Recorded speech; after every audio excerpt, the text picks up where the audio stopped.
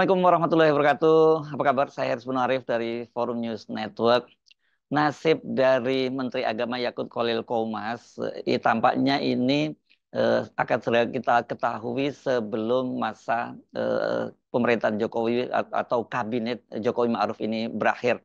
Karena seperti dikatakan oleh eh, Wakil Ketua DPR Muhaimin Iskandar, dia sudah menandatangani izin untuk rapat panitia khusus hak angket haji 2024, sementara Ketua DPR Puan Maharani juga sudah memberikan izin soal itu.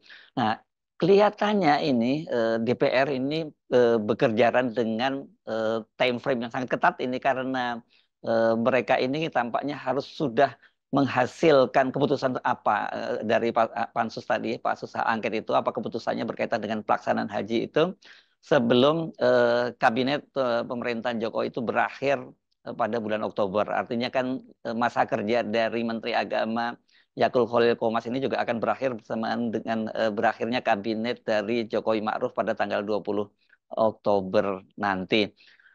Soal pansus haji ini kan ini kemarin sudah disepakati beberapa waktu yang lalu sudah disepakati oleh sidang paripurna DPR. Pada waktu itu yang memimpin rapat paripurna adalah Wakil Ketua DPR Muhaimin Iskandar yang pada pelaksanaan haji kali ini menjadi Ketua Tim Pengawas.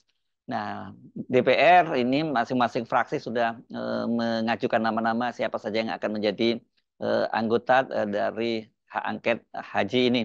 Dan semula sebenarnya dikatakan oleh anggota Pansus Haji dari PKB, Luluk Nur Hamidah, mereka itu akan segera rapat itu pada tanggal 17 Juli 2024 ini. Tetapi karena berkaitan dengan pertimbangan teknis, kesulitan mereka karena saat ini sedang reses, itu rapatnya akan dilaksanakan pekan depan.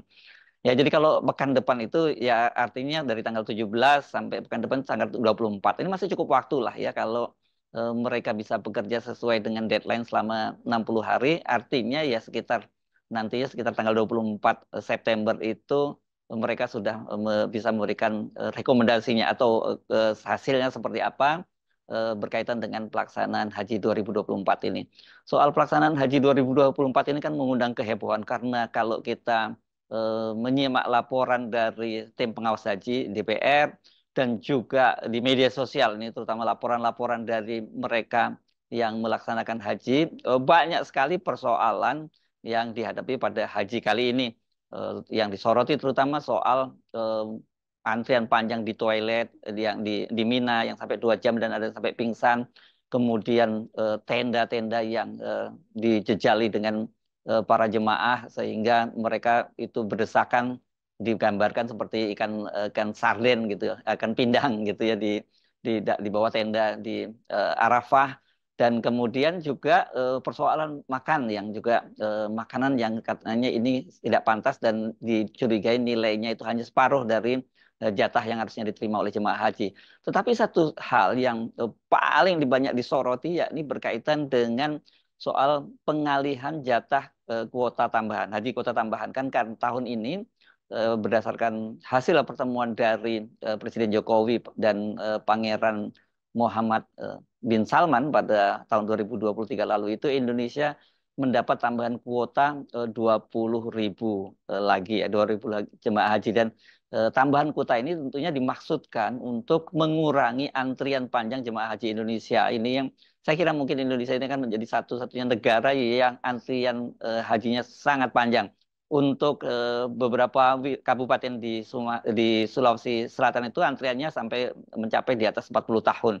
Jadi wajar kalau kemudian banyak sekali yang marah di kalangan jemaah haji dan juga tim pengawas DPR ketika mengetahui Kementerian Agama itu mengalihkan kuota haji itu ke ONH Plus. Nah, ini tentu saja menyalahi aturan dan juga menyalahi kesepakatan karena dalam rapat dengan DPR pada waktu itu disepakati bahwa dari 20.000 itu hanya 1.600 yang dialokasikan untuk jemaah haji ONH Plus atau jemaah haji khusus begitu ya.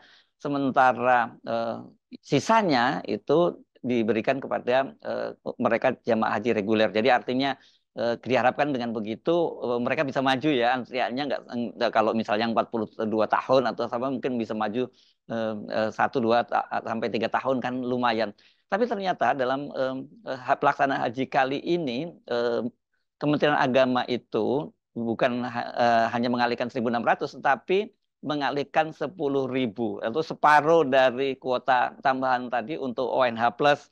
Dan artinya ini ada tambahan untuk ONH Plus 8.400 kuota yang tidak disepakati oleh DPR dan ini menimbulkan kecurigaan bahwa ini ada permainan di situ. Mengapa kemudian kok malah ONH Plus ini mendapatkan pengalihan kuota yang sangat besar? Dan kita tahu kan kalau ONH Plus itu kan ini bisnis lah gitu ya. Sementara kalau haji biasa itu bagaimanapun juga itu kan haji yang ditangani oleh pemerintah dan ini tentu tidak ada kaitannya dengan bisnis. Sementara kalau haji ONH Plus ini eh, mereka ini kita tahu bahwa mereka susah payah untuk mendapatkan kuota itu. Jadi kalau tiba-tiba saja mereka diberi tambahan sampai 8.400 kuota haji lagi, ya ini bisa disebut mereka ini pesta ya pada pelaksanaan haji kali ini. Nah, ini yang dicurigai apakah ini kemudian eh, pemberian itu gratis saja atau ada hengki-pengkinya di situ. Ini yang paling banyak disoroti. Nah, Muhaimin Iskandar menyatakan bahwa sebenarnya mereka kali ini akan fokus pada soal visa itu ya. Tetapi Muhaimin tidak menjelaskan apa yang dimaksud dengan fokus pada visa itu. Nah, kita baru mendapat penjelasan dari Lulu Nur Hamidah, ini fraksi PKB juga yang menyatakan bahwa maksudnya mereka itu akan fokus pada penyalahgunaan visa dan juga kuota tadi.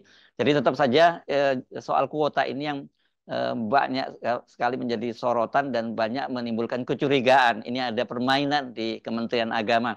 Nah, di tengah-tengah panasnya dugaan-dugaan bahwa Kementerian Agama itu menyalahgunakan kuota tambahan haji yang diperoleh oleh Presiden Jokowi ketika bertemu dengan Pangeran Muhammad bin Salman, Menteri Agama Yakut Khalil Qomas itu pada hari Rabu 10 Juli kemarin itu dipanggil oleh Presiden Jokowi ke istana. Setelah bertemu dengan Presiden, itu Menteri Agama tidak mau menjelaskan apa agenda pertemuan itu. Apakah benar ada kaitannya dengan soal terbentuknya pansus haji ini. Pada waktu itu kepada wartawan, Yakut Khalil Qomas cuma menyatakan bahwa dia melaporkan semua tugas dia di Kementerian Agama kepada Presiden. Dan ketika didesak apakah ini ada kaitannya dengan dugaan korupsi yang akan diselidiki oleh pansus angket haji ini, ya Khalil Kumas hanya mengulang lagi pernyataan seperti itu. Ya, ini saya kira memang angket pansus angket haji ini tentu saja menjadi bola panas dan kalau tidak ditangani secara baik bisa menjadi bola liar di akhir pemerintahan Presiden Jokowi. Jadi kita bisa menduga bahwa sekarang ini pasti terjadi lobby-lobby di kalangan DPR dengan pemerintah begitu. Katakanlah misalnya kalau betul memang ada tindak pidana korupsi dalam pengalihan kuota haji tambahan itu mungkin ini kita bisa menduga-duga bahwa sebaiknya ini ya dilokalisir saja ke Kementerian Agama gitu tidak sampai merembet kepada Presiden Jokowi karena dampaknya ini kalau memang kemudian tidak dilokalisir ini menjadi sangat serius dan itu bisa menjadi batu sandungan di akhir masa jabatan Presiden Jokowi. Di luar itu orang juga melihat bahwa banyak yang melihat ini ada aroma politik balas dendam gitu banyak yang menduga seperti itu. Ini terutama di internal NU, ini NU dengan PKB karena sesungguhnya kan Menteri Agama Yakut Khalil Qomas ini sebelum dia menjadi Menteri Agama dia juga anggota DPR dari fraksi PKB. Jadi artinya dia sebenarnya adalah anak buah dari Muhaimin Iskandar. Tapi setelah dia di kementerian, setelah dia menjadi anggota kabinet, itu suara-suara dari Yakut Khalil Qomas itu terhadap PKB dan khususnya terhadap Caimin itu nadanya sumbang. Apalagi kemudian setelah PBNU itu diambil alih oleh kakak kandung dari Menteri Agama Yakut Khalil Qomas, yakni Yahya Stakuf terpilih menjadi ketua PBNU. Ini menjadi semakin keras ini nuansa perseteruan itu antara PBNU dengan PKB. Pada waktu itu jelas NU mencoba PBNU itu mencoba mengalihkan atau memisahkan PKB dengan warga Nahdliyin. Dan waktu itu Ketua Umum PBNU kan menyatakan bahwa mereka tidak boleh, warga NU itu tidak boleh mengatasnamakan NU untuk kepentingan politik, dan jelas itu yang pasti yang dimaksudkan itu adalah PKB, dan banyak di antara pengurus daerah NU itu kemudian diberi sanksi, bahkan ada dipecat karena mereka diketahui tetap memfasilitasi berbagai kegiatan dari PKB. Dan kemudian pada Pilpres kemarin itu perseteruan ini menjadi lebih sengit lagi ketika akhirnya PKB bersama dengan Caimin itu bergabung dengan Anies Baswedan dalam koalisi perubahan menentang kubu pemerintah, dan Caimin ini kemudian malah menjadi calon wakil presiden dari Anies Baswedan. Dan dalam berbagai kesempatan itu Menteri Agama itu selalu mengingatkan bahwa jangan sampai memilih presiden yang track recordnya di masa lalu itu katanya mempolitisasi agama. Dan ini kan pasti jelas, walaupun tidak disebut siapa namanya, itu jelas ditujukan kepada Anies Baswedan. Jadi kelihatan sekali memang Yakult Kholil Qomas ini bekerja cukup serius untuk menggergaji pasangan Anies dan Muhaimin, dan tentu saja juga kemudian PKB. Nah, soal inilah kemudian diduga PKB punya kesempatan untuk balas dendam gitu terhadap Menteri Agama Yakult Kholil Qomas melalui pansus hak angket haji ini. Apakah betul memang ada nuansa semacam itu? Tetapi faktanya bahwa sebenarnya soal kacaunya pelaksanaan haji tahun 2024 ini kan bukan hanya penilaian dari PKB. Semua tim washaji dari DPR itu sepakat memang banyak sekali persoalan pada haji kali ini. Hanya saja tentu saja mereka sedikit berbeda pendapat apakah kemudian soal ini harus dibawa ke pansus hak angket atau tidak begitu ya. Tetapi karena sudah menjadi keputusan dari rapat paripurna, ya hak angket ini terus berjalan. Dan yang kita lihat juga yang kemarin cukup serius untuk membawa ini menjadi hak angket itu adalah PDIP. Juru bicaranya kan pada waktu itu ketika di rapat paripurna juga dari fraksi PDIP.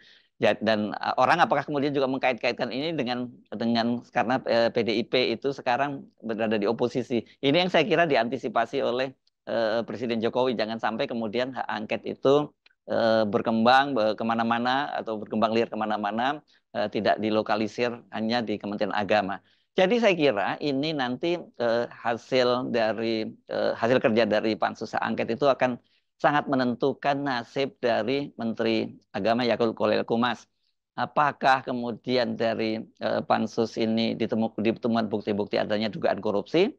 Kalau ditemukan dugaan korupsi kan kemudian pansus tentu saja bisa merekomendasikan kepada aparat penegak hukum untuk menindaklanjuti. Dan kalau ini yang terjadi, saya kira seperti dalam konten sebelumnya saya sebut, dampaknya cukup serius terhadap Menteri Agama Yakult Kholil Qomas. Bisa saja nasibnya dia ini akan sama dengan Menteri Agama sebelumnya, yakni Surya Dharma Ali, yang pada waktu itu juga kemudian dicokok oleh KPK karena dia juga diketahui itu menyalahgunakan ini kuota haji ini ya untuk jatah-jatah khusus gitu. Walaupun jumlahnya pada waktu itu nggak sebanyak itu. Kalau kasus Surya Dharma Ali itu kan dikaitkan dengan temuan juga adanya penyalahgunaan dana operasi dari Kementerian Agama. Tetapi kalau kasus ini sudah bergulir ke arah hukum, misalnya ke KPK, saya kira ini juga bisa lari kemana-mana gitu ya. Ketika KPK masuk, ini mungkin nanti tidak hanya berkaitan dengan masalah haji, tapi bisa saja mereka juga menemukan kasus yang sama atau kasus yang serupa dengan Menteri Agama sebelumnya, Surya Dharma Ali, berkaitan misalnya dana operasi dari Menteri di Kementerian Agama dan lain-lain. Jadi saya kira ini tarik-menarik politiknya sangat kuat. Soal pansus hak angket ini, hak angket haji ini, pasti akan banyak sekali tangan-tangan politik yang ingin agar kasus ini tidak berlanjut terus ya. Artinya pansus nanti mungkin kesimpulannya mereka tidak menyatakan tidak ditemukan adanya penyimpangan atau tidak adanya ditemukan korupsi. Tapi bisa juga kalau kita lihat dari pernyataan-pernyataan dari para anggota pansus sebelumnya, mereka jelas-jelas menyasar soal dugaan adanya korupsi di Kementerian Agama di bawah pimpinan Yakult Kholil Qomas. Saya Subnu Arif dari Forum News Network. Sampai jumpa lagi. Wassalamualaikum warahmatullahi wabarakatuh.